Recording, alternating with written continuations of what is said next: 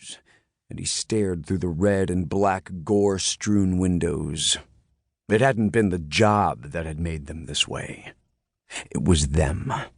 Those infants in their goddamn ring. Matthew stalked forward. He would get the ring, and he would get it now. Or they would all die, every fucking one of them. His right claw slammed into one of the plexiglass panels, and a crack raced out to either side. The second blow sent shards of the material falling down into the room below. Stepping forward, Matthew dropped easily into the enclosure.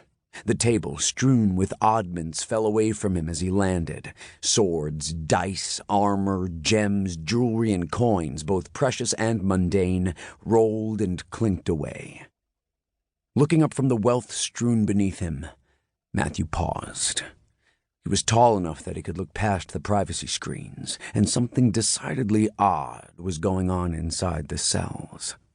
The air was solidified around Brandon, giving him a faint, luminescent blur. The same occurred around Timothy and Adam. After a bit of time, Michelle. Just as the blurry luminescence went up around Michelle, Matthew decided he could ask about it once he had them all before his claws. He stepped forward. Pain! Agonizing, excruciating pain. The world went white and sound like 1,000 furnaces flung wide beat against him. Matthew screamed soundlessly as his flesh burned. His eyes popped and ran, the fluid from them turning to steam as it rolled down his scorching cheeks. His carapace popped and tore away, and the pure white light burned into his exposed tissue.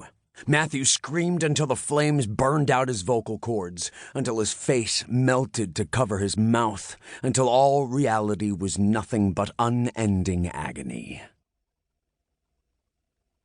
The abyss. Matthew Banks came back to himself in brief, agonizing moments, in flashes of awareness, before his mind would flee from the agony of his healing body. Eventually, the pain found a balance, a place where it was just beneath the threshold of unbearable torture. Matthew hung in the darkness, blind, deaf, and dumb, his burned and blasted body a collection of torments from his cracked exoskeleton to the burned-out holes that had been his eyes. The pain was so great that he could feel nothing else. Matthew screamed soundlessly, and the darkness of his blindness swallowed up the sound. Time passed.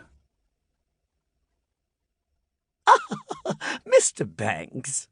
Queen Kate chuckled as he blushed furiously at the ribald jest. Really? You are just too much, Ambassador Banks. Matthew leaned back in the comfortable chair and sipped tea as Queen Kate laughed. They were in her sitting room at Buckingham Palace. Matthew was here as an honored guest, an ambassador from the United States. I really should not have told you that joke, Your Majesty. Matthew smiled, taking another sip of tea. No, the Queen insisted. I asked for the most ribald joke you knew, and that was a good one indeed. Not that whole, indeed. She tittered and leaned back to sip from her own thin porcelain teacup. Matthew liked the Queen. She had an earthy sense of humor, and she knew how to have fun. As one of the heads of an ancient monarchy, he supposed Queen Kate had to have a good sense of humor to keep herself from being overwhelmed by it all. So, she started again, looking at him over the top of her cup with a playful little smirk. Mr. Banks, you promised me you would tell me about your recent case. The one with all the hoopla about magic. Matthew froze. Magic, Your Majesty? Everyone knows there's no such thing. Oh, pish-posh, Mr. Banks. You Americans can believe that all you like. But we here in the kingdom know better. So do you, from what I have read, Mr. Banks. His mind reeled. What was she talking about? What case? Matthew heard a faint tinkling sound and looked down at his coffee cup. It rattled against the saucer it rested on, his hand trembling. To keep listening to this audiobook, I've left you a link in the description so you can do it, at no cost thanks to Audible's 30-day free trial.